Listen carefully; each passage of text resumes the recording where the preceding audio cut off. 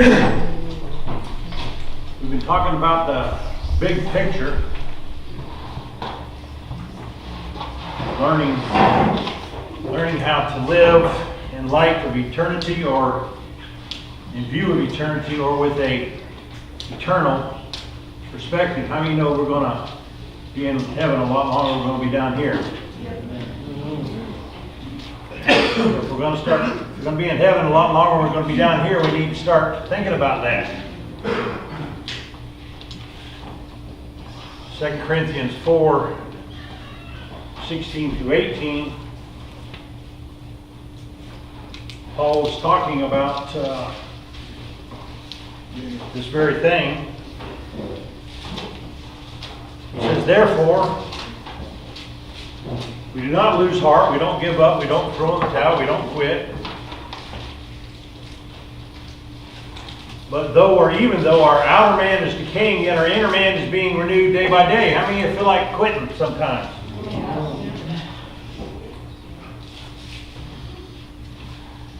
Our physical bodies are tired, we have ailments, infirmities, all kinds of things are going downhill real fast as we get older, aren't they? Yes. Paul says even though our physical bodies are breaking down, we still have to deal with this old flesh, don't we? How many know the flesh is always looking for a way to express itself? I give up smoking, and then I start eating. Give up eating, then I start smoking again. It's like an old waterbed. We plug up, bust a hole here, we plate, fix it, and then we spring another one. Flesh is the flesh. It's always here. And so even though we've got to deal with all these external things, Paul says there's another dynamic going on. Our inner man, which is our souls and our character, is being renewed day by day. I looked up this word renew. It's a little different than our normal to bring back or to restore. It's the word to make new or to make brand new, and it comes from a word that means to be upward. I thought that's really cool. Though our physical bodies are decaying, my inward man is being prepared for something upwardly, for a heavenly call. We talked about the heavenly call and how we've got to start preparing ourselves for our heavenly call. Our real call as Christians is going to be in heaven. That's our real home. Our citizenship is going to be in heaven. We're simply pilgrims and aliens down here just kind of hanging out. My real home, my forwarding address is in heaven. That's where my mansion is going to be. That's where I'm going to live forever, forever, forever. So Paul says, I'm not going to quit. I'm not going to get discouraged. The outer man, my inner man is, my character is being developed right now. I mean, the only thing that we're going to take to heaven is our character. I won't take my money. I won't take my gold, my car, my looks, or whatever. None of that. The only thing that's going to show up with me is going to be my character. Job said, naked I come from my mother's womb, and naked I return home. We came into the world naked, we're going back naked. You've heard it said many times, there's never been anybody that has a U-Haul behind a hearse. Even though someone did send me a couple pictures on Facebook. But as a general rule, basically the bottom line is we can't take anything with us. For momentary light afflictions are producing for us an eternal weight of glory far beyond all comparison. That scripture right there I could preach for 7 weeks long. Incredible.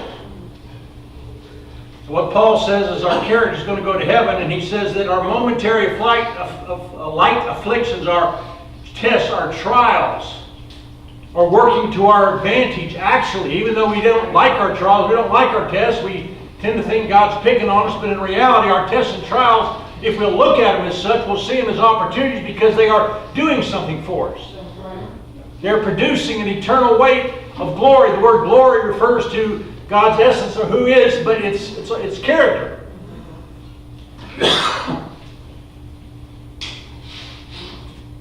So we've got a choice on how we look at our trials and tests, and we've got to start learning to look at what's really going on. It is what it is. What's really going on for a Christian, there's no strange coincidences. Every single thing we're going through is an opportunity. Everything.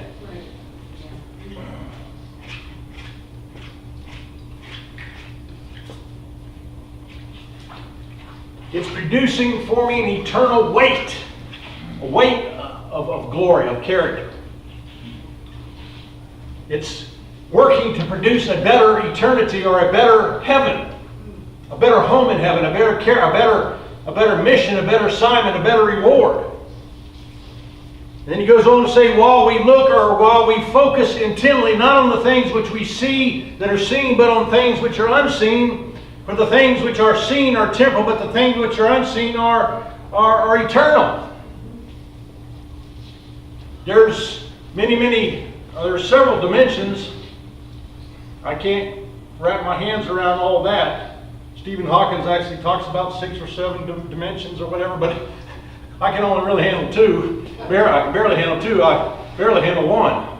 But I've got the natural dimension. I've got what's in front of me. It's what I see, what I can touch, what I can feel. That's the natural realm. That natural realm is temporary. They said the natural man lives 76 years, then he dies, and he goes to heaven. So Paul's saying we're only going to be here for 76 years. Yes, we have to deal. We have to go to work. We have to deal with our relationships. We have to keep a clean heart. We have to keep working our program. We have to keep developing character. We have to be on this planet. We're not, we can't go home until God says we're ready. So we got to live here. So we've got to focus on what we see. I've got to deal, but at the same time, I've got to look at, there's another thing going on internally. God is producing my character. He's building me up to prepare me for my real home in heaven or my real assignment in heaven. That's the big picture. We're all going to be in heaven one day, but we're all going to have different assignments, and those assignments are going to be based on how well we developed our character, how well we responded to what God gave us to do. So I have a choice. I have to deal with what's here, but at the same time, I have to step away and ask the old dumpling question that we were taught over and over again: what's really going on? You're in inner healing, they're asking you, what's really going on? What they're saying is, okay, you're upset, you're angry, you're in reaction, but in reality, what's going on? What is it that's going on inside of you that's being triggered right now that's causing you to react? Why is a 10-cent statement from somebody else getting a $10 reaction from you? What's really going on with that? So as disciples, it's imperative that we have a paradigm shift. Paradigm is perspective. It's how we see things. If I'm going to really survive in this world, I've got to put on God's glasses and see things from His perspective. Not my perspective, because my perspective is what gets me in trouble. But I can put on God's glasses, see things from His perspective, shift from my perspective to His perspective, and then I can say, oh, that's what's going down. I can't even begin to tell you what's been going on in my life. I just never knew it could be this good. It's not that there's not things that are still happening to me. In fact, there's probably more stuff happening to me. More things. But at the same time, I'm learning to recognize this other realm. I'm getting in touch with this realm, and I'm hearing God like I've never seen Him before. I'm hearing things, and it's just my mind has been blown what's been happening in the last year, and especially in the last 3 weeks. Amen. I'm here to tell you, man, that this Christian life is real, man. It's amazing. God says, open your mouth. And Solomon says, open your mouth wide and I'll fill it. I believe as much as you want to open up your mouth, as much of God as you want, I believe you can have. But you got to go for it. You got to want it. God says, open wide. That's not enough. Open wider. As wide as you can open, He'll jam it in there if you want it. You can't seek God and come out of losers. Draw near to God and He might draw near to you. No, it says draw near to God and He will. You can't seek God and get on your knees, pursue God and chase after God and not get a return on His investment. That's crazy. This is the wonderful thing about God. And if we'll chase God, God will show up. Amen. I simply responded to something I heard sitting in a flea market in a chair several months ago about God telling me to go to Moravian Falls, and I just knew that I knew. It sounded crazy. It didn't make sense, and I went, and man, I'm still unraveling what happened to me up there. So let me ask you a question today. The old question here, another Duncan thing. What are we doing of eternal value? Lou Carey used to write his I used to call him Lou Carey's greatest hits. At the end of every one of them, he'd say, oh, by the way, what are you doing of eternal value? This is an incredible question. It's about the big picture. It's about learning to live with with the perspective of God and what it's really going to be like. 110 years from now, we're going to be hopefully in heaven. I'm going to be there. I hope you'll be there. 110 years from now, I'm going to be in heaven. I'm going to have a lot of time to think how I live my life. What were my priorities? How did I spend my money? How did I spend my time? I got a good feeling that all this stuff that we are worrying about, this trivial worry, this stuff we spend so much time in, it's not going to make a bit of difference in heaven. My physical body, how I look, I mean, it's important. I need to care about that, but it ain't going to mean one bit. You know, I'm going to be back having a 32-inch waist again up there, okay? What little money I have is not going to make any difference up there. I mean, don't get me wrong, we got to be concerned. We got to live in light of eternity. You know, what's going to really matter? I think we're going to get to heaven, have a lot of time. You know, I'll go up there naked. All I'm going to have is my character. I'm going to probably think not so much about, boy, I wish I got more education. You know, boy, I wish I would have, worked harder at the gym. Or, I think I'm going to be sitting there saying, man, I wish I would have used my life and been a better steward of my time and my resources. I wish I would have been less narcissistic and cared more about other people than I did myself. I wish I would have laid down my life for my friends instead of myself. I wish I would have spent more time on my knees in prayer. I wish I would have spent more time in the Word than I did scrolling through Facebook all day long. We're going to have a lot of time to think about things. I think when I have a lot of time up there to think about, why didn't I just have more fun? Chief end of duty of man is to love God and to enjoy Him. Are you enjoying God? And this is an incredible life we live. If you do it right, all you got to do is just do it right. Surrender, tap out. Quit fighting God. Get on the same page with God. Embrace your trials. Embrace your thing. Embrace this life. Get in on it. And God will change your heart. So what are the things that we're doing today that are going to be valuable in heaven? Okay. My money's not going to be valuable. My gold won't be valuable, even though I don't have none. My jewelry is not going to be valuable because I can't take none of that stuff with me. My diplomas, these things that we hang on to, these toys, all these things that we hang on to, they won't have no value. I mean, the streets, they say in heaven, are paved with gold.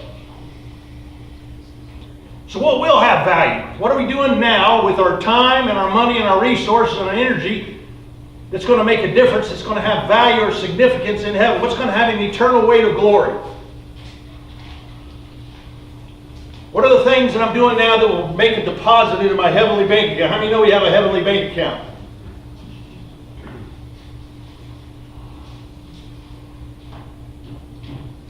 James 4:13-14 says, "Come now, you who say, today or tomorrow we'll sit and go into such and such a city and spend a year there, carry on business and make a profit, yet you do not know the least thing." I like the Amplified, says, you don't have a clue. You don't say it. Says, I'm saying you don't have a clue. You don't know the first thing about what's going to happen tomorrow.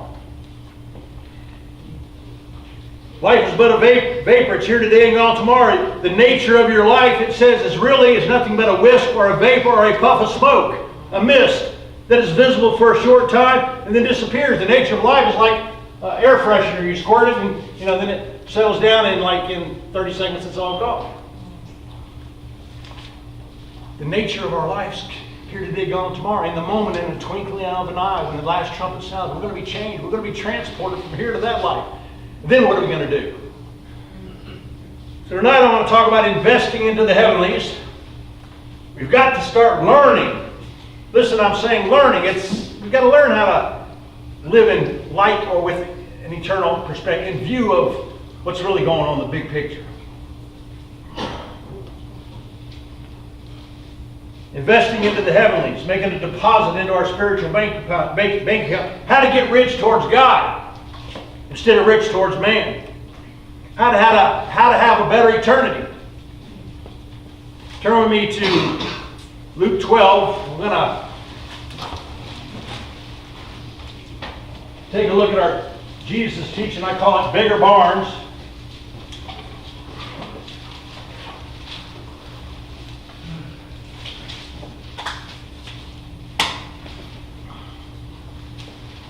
Luke 12, verse 13. Jesus is teaching about covetousness. How do you say that? Denouncing covetousness.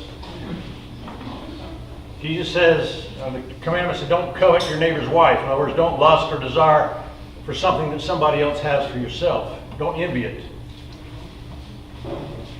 Verse 13, someone, how do you know this someone got put in the Bible? Not in a good way. Someone just happened to run his mouth, put his foot in his mouth, run his gator too much. Someone in the crowd said, teacher, tell my brother to divide the inheritance with me. Listen to that. Here God becomes a man to die for our sins, to go to the cross, so that we can be set free, so we can have a better eternity, so we can have eternal life. And this guy's interrupting Jesus' time about the gospel, the good news, the Prince of Life, the water that never satisfies, the bread that came down out of heaven, the Prince of Peace. He interrupts him and says, hey, can you help me take care of this dispute with my brother? Talk about not having a clue. Tell my brothers to divide the family inheritance. And Jesus said, man, who appointed me an arbitrator over you? What he's basically saying, I'm not going to get caught up in this conflict between you and your brother. I don't care about your inheritance. I'm talking about the gospel. I'm trying to introduce the gospel, the good news. I'm trying to give eternal life. I'm not going to get caught up with your trivial, irrelevant, flippant, stupid, silly stuff that you're involved in at the expense of all these other people that I'm trying to give the gospel to and to heal. Then he said to them, beware or be careful. Don't get caught up. Don't get hooked. Be on your guard against every form of greed. Greed is that lust, covetousness, that lust, that obsession, not for material things, but that's obsession of getting just more and more and more. More and more and more. I get this house. We've been praying. We've been spending the money. We finally got, now we want a bigger house. You get that house, and then I just want a bigger house. More money, more money. It's that obsessive need for more and more and more. It's called mammon or material wealth, external things. Jesus says, beware, don't get caught up with that greed, that sin of greed, for not even when one has an abundance does your life consist of its possessions.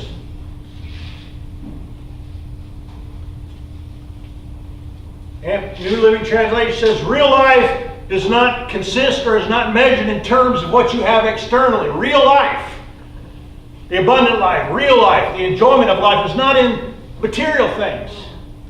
There's no saying out there, he who dies with the most toys wins. Is that not the same thing you've ever heard? He who dies with the most toys wins. What he's basically saying, man, there are way, way more important things to life than your material concerns. So Jesus, rather than speaking to his life, he doesn't even confront him. He just moves on and he says, let me just use that as an opportunity. And so Jesus tells him a parable. A parable is an earthly story with a heavenly meaning. Jesus looks around and picks out something that can help him illustrate a prop of some sort, and he parallels it with a heavenly story, and he tries to get to relate the earthly story with the heavenly meaning or principle. So he takes this opportunity about greed and the big picture here, and he tries to help him bridge them to see the big picture, what's really going on, what's really important. So from a parable, it said the land of a rich man was very productive. Amplified says he had bumper crops.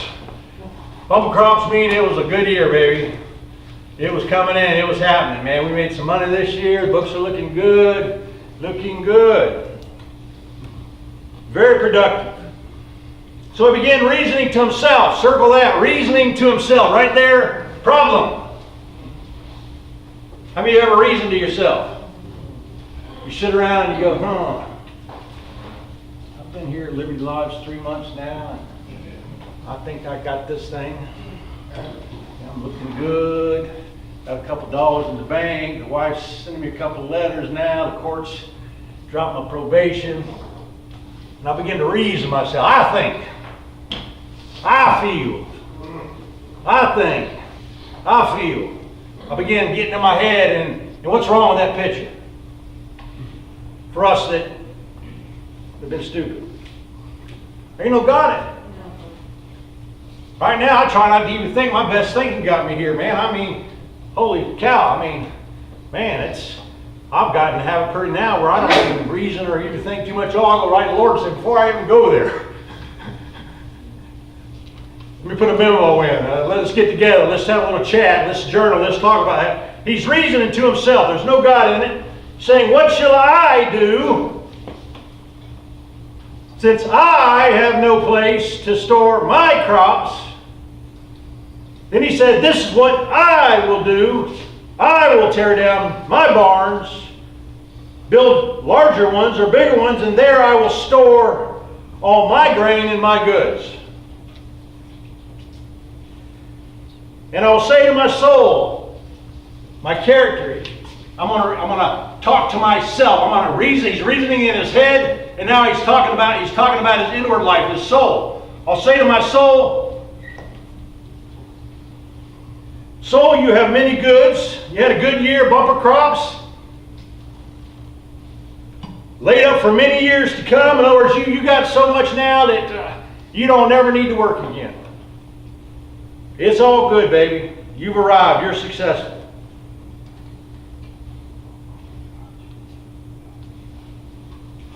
Take ease, drink, and marry. Sit down, get your lawn chair out, get your little umbrellas and your grapefruit juice or whatever for us. Kick back, take it easy, enjoy yourself. Let's enter into the good life, the retirement. Let's go to Costa Rica or Belize. But God, ouch. But God had another plan. God says, you fool. A fool is a man that fails to pay attention to what's going on around him. How many have ever been fools? Actually, the word in Greek means to be dull or stupid. Love it. It's one that ain't learned, man. He's gone around the mountain over and over again. Never gets it, never understands. He's so narcissistic, so self-centered, he can't ever get to a place of any kind of continued help. So God says, you fool, you're stupid, you're dull. You've not been paying attention to what's going on. He says, this very night, that soul that's living inside of you is going to be taken to heaven. You're going to be standing before the Bema seat, before the judgment seat of Christ, and you're going to have to give an account of how you've lived your life. You won't be able to say, well, I had big barns, I had lots of grain, Well, your grain's not going to mean nothing up here. Well, I had lots of money, I had lots of girls, I had lots of cars, I had good farm tractors, I had the best, I had all these days. Well, I'm not interested in all. I'm interested in your soul, your character. What did you do for me? What did you do on the planet? God says, you fool, this very night your soul's crazy. He says, now who's going to get all your stuff? Now who's going to get all your toys? All them bigger barns, all that grain, all them tractors, all those girls, all that money, all that stuff is just going to be left to whoever wants to fight over it and arbitrate over it. And then he says, so is the man who stores up treasure for himself but is not rich towards God. Amplified says, so is the man who continues to lay up, hoard, or store up possessions for himself, rich toward, but he's not rich toward God in his relationship with God. And then this is how he fares. This is how he ends up in judgment. This is what his fate is.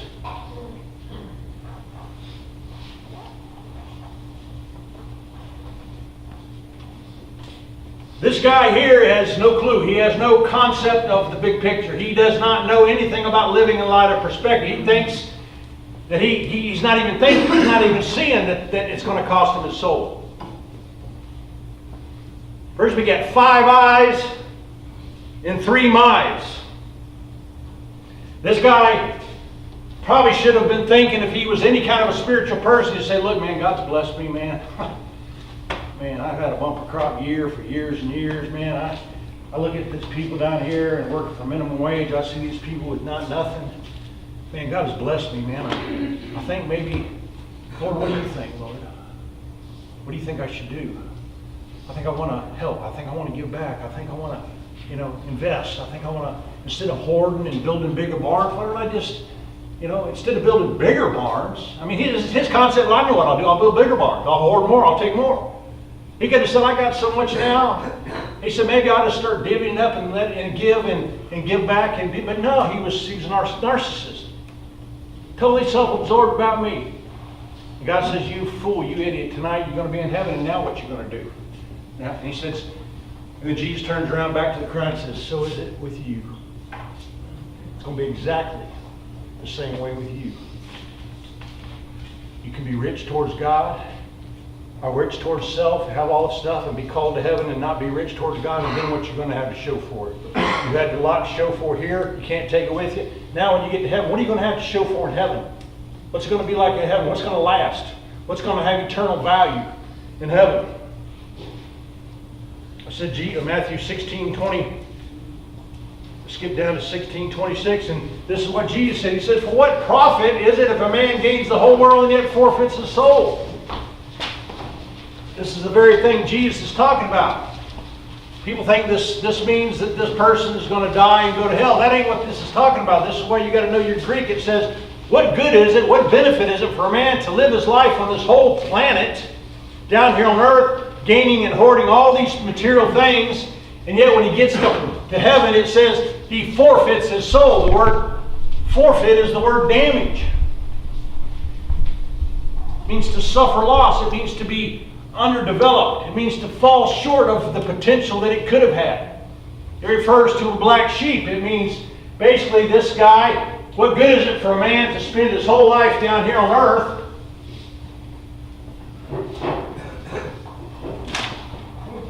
for 76 years, and he's got money, he's got houses, he's got toys, he's accumulated all the stuff. Now he dies, he's butt naked, he goes back, and now he stands in heaven. He does get into heaven, but it says now his soul is damaged. It suffers loss. The word means to be alienated.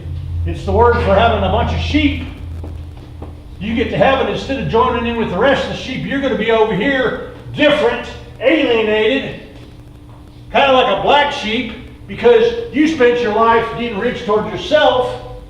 You spend all your time, instead of developing your character, you spend it on yourself. Now you get to heaven and your soul is damaged, underdeveloped, and it suffers loss. And you have to spend eternity going, oh my Lord, what did I do? What did I do? What did I spend my time? What did I spend my money on? The reality, the wake-up call. Jesus says, what good is it, man? Spend your whole life. What benefit is it to gain all the world and yet get to heaven and your soul is underdeveloped and you're like a sheep? You're way different.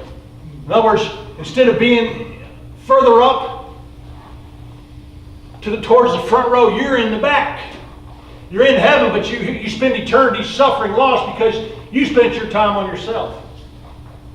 Folks, I can't hardly wrap my mind around the doctrine of this, but that's whether you can improve your character when you get to heaven or not. But either way, this says that heaven's not going to be equal. There's going to be a front row and a back row and a whole bunch of in between.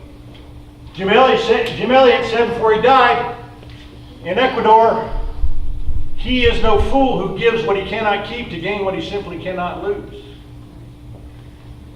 He is no fool who gives what he can't keep anyway to simply gain what he cannot lose in eternity. 1 Corinthians 3:10 through 15.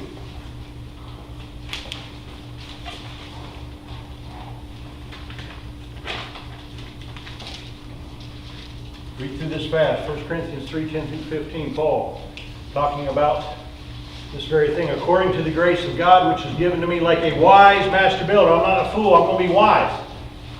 I laid a foundation and another was building upon it. And then he says, but each man must be careful how he builds. In other words, you need to be real careful about the foundation that you're laying now because it's going to be necessary in heaven. Be careful how you're building. You're building a heavenly home, aren't we? Paul goes on later about the body decaying. He says, because our earthly tent is decaying, but our heavenly home is being prepared right now.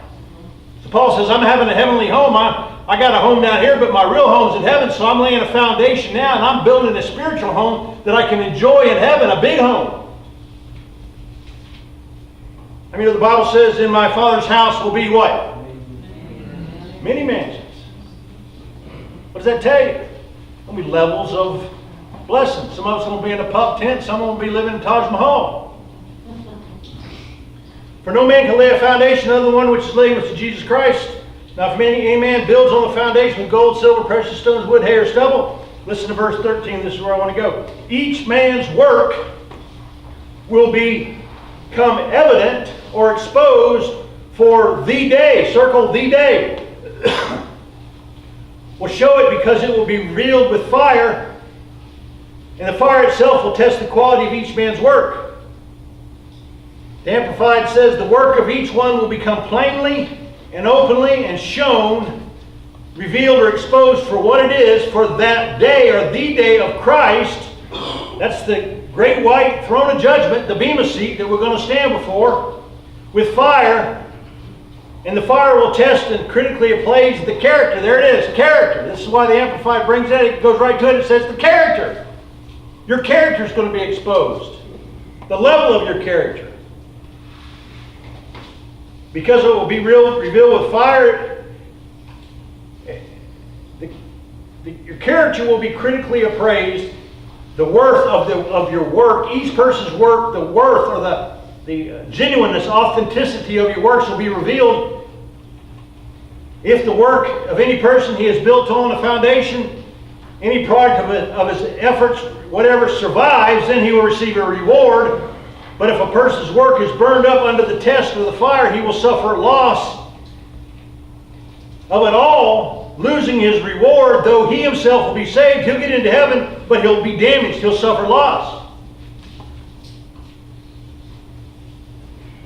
The word suffer loss is the same word forfeit. It means to be damaged or underdeveloped. What this means right here is that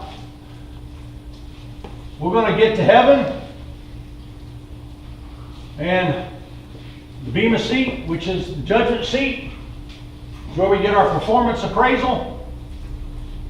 And there's going to be this, I don't believe it's an actual fire, of course. I believe it's spiritually significant. I mean, fires are supposed to bring out the impurities. We're called to have a pure heart, a genuine heart, a heart that's, I mean, it's not to be mixed. We're to have no other gods before us. Our heart is to be pure. It's not to be mixed. No other alloys, no other contaminating things, no corruption. All pure. That's what fire does. It exposes, it reveals, it burns out the dross. It develops us into proven character. Proven character. Listen to me. What's going to matter in the day you stand before Him is how proven, how authentic, how genuine is your character. No shucking and jiving, no make-believe. God's going to perform an appraisal on you, and He's going to reveal and expose the truth about who you really are. You're going to get your pants pulled down. Could be a good thing. So it says that we're going to be kind of like, I said this before, it's kind of like we got this wheelbarrow. Everything we've done our entire life, good, bad, or whatever, we may think it's good. It's going to go through this test. And in this thing, the things that we did with the wrong motives, things we didn't do in His name, the time we wasted, all of that stuff is going to burn up. Your money, your gold, all those are going to burn up. What? And then it says, then you're going to end up on the other side and you're going to suffer loss. You'll be damaged. You'll be a lost sheep in heaven. The works that won't burn up, the things that exist when they get through the fire, those things you'll pick up, and it'll be those things that you'll be able to take into eternity, and those things will be what God bases your mission and your assignment on in heaven. Determine how big your mansion is and where your rewards will be.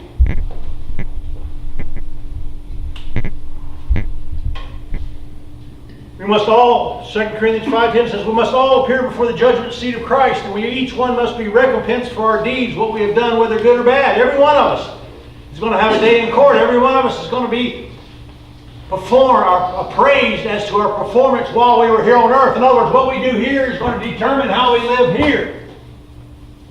Let me say that again. What you do is going to determine how you live here. Every one of us. Matthew 6, 19 through 21. Jesus gives us a tip about how to get rich towards heaven.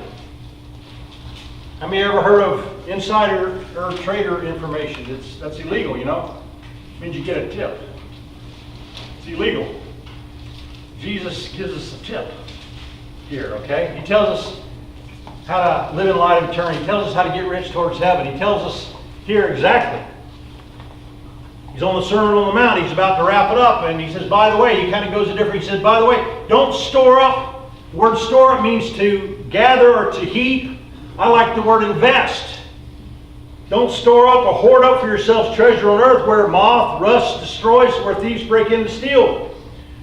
However, instead, invest or store up for yourselves treasures that will go with you to heaven where neither moth nor rust nor thieves can break in or steal. For where your treasure is, your heart is also. Our treasure is our time, our money, what we think about it, and our resources. When they say you're trying to bust drug dealers, you don't follow the drugs, you follow the money. If you want to know where our heart is, follow our money. Look at our checkbook. Look at how much you're tied. Look at where you're spending your time. Look at what you're thinking about. I've got this statement. I'm with Wells Fargo. Everything I had worked my entire life for, I lost in my addiction. Went to Dunklin with nothing but $60,000 in debt. Spiritually bankrupt. All that time I worked for Florida Powerline, all that good money, all the Corvette I had, the house thing, all that stuff, I just burnt it. It gained nothing. Being a narcissist, living for myself, that whole life that I worked, everything was gone that quick. Then I racked up debt. So now I've been trying to repair it. I get a statement every week, and I have an account number. And they tell me how I'm doing. It tells me exactly how much money went out and how much money went in, and it critically appraises how I'm doing in my financial world. I can weigh it out and I can get an accurate evaluation of how I'm doing. It gives me, but you know what? I don't care about this one. Matter of fact, in the stock market here lately, I think I lost $8,000 just overnight or something. I don't know what happened, but who cares? But the point is, I need to be responsible. I need to build my life, but I can't take none of this with me. You don't see birds having 401ks, do you? They're not building barns and worried about how they look and what they wear. And Jesus goes on and talks about this. But I've got another account in heaven, the heavenly bank account, and I'm definitely not a wealthy guy here. Me and Ty were talking earlier. There's a guy named Trout that plays for the Angels. Just received the highest contract in baseball ever, $480 million for 10 years. $48 million a year. He plays 162 games a year and bats an average of 5 times if he plays every day. Every time he goes to the plate, he makes $60,000. That's more than I make, way more than I make in a year. And he makes that every time, 5 times. So he's getting, how much is that? $60,000 a trip to the plate. That's $300,000 a game. 1/3 of $1 million this guy's getting. But you know what? He can't take none of that with him. Bill Gates, Soros, them other guys, Warren Buffett, no matter how rich they are, they can't take it with you. So if you would evaluate my performance appraisal, I might not have much here. I might not have much physically, but internally, the last 22 years, I've been invested into another bank account. I'm rebuilding this bank account, but it doesn't matter. But I've been getting rich towards heaven. I spent 38 years of my life being rich towards self. I had nothing to show for it. Now I've been reinvesting 22 years, and I'm making direct deposits. Every time I'm on my knees, baby, I'm making a deposit. Okay? Every time I smile, when I don't feel like it. Every time I give a cup of cold water, it gets a reward. Every time I lay down my life, every time I do something for Him and for His kingdom, it's a direct deposit. And how many know the deposits that we're making in our Heavenly bank account have some tremendous interest rates, don't they? We're going to get some triple time, overtime. So we'll all stand before the judgment seat of Christ. So let me ask you, how are you doing? What if today was the day? What if today the trumpet was getting ready to sound and you were ready to die? Everything that you've got right now, this is to say, everything you've got. You lose your husband, you lose your wife, you lose your money, you lose your physical body, and today was your day, and you passed through the fire and you had to stand before that. How would you fare? Would you hear, "Well done, good and faithful servant, enter into my rest"? Man, you're a rich man. Wait till you get a load of, or will you say, "Oh gosh, I'm a lost sheep, I'm underdeveloped, I've suffered loss, I'm damaged, and have to live in eternity"? The point is, it's not too late, is it? Okay? You may not be rich towards self, but you can be rich towards God. Amen? Amen. All righty, well, let's go ahead and, Lord, we love you, we appreciate you. Thank you, Lord. Bless us as we come and go. Allow these principles and things to resonate in our heart, Lord. Let us see this eternal perspective, Lord. We appreciate you. In Jesus' almighty name, amen.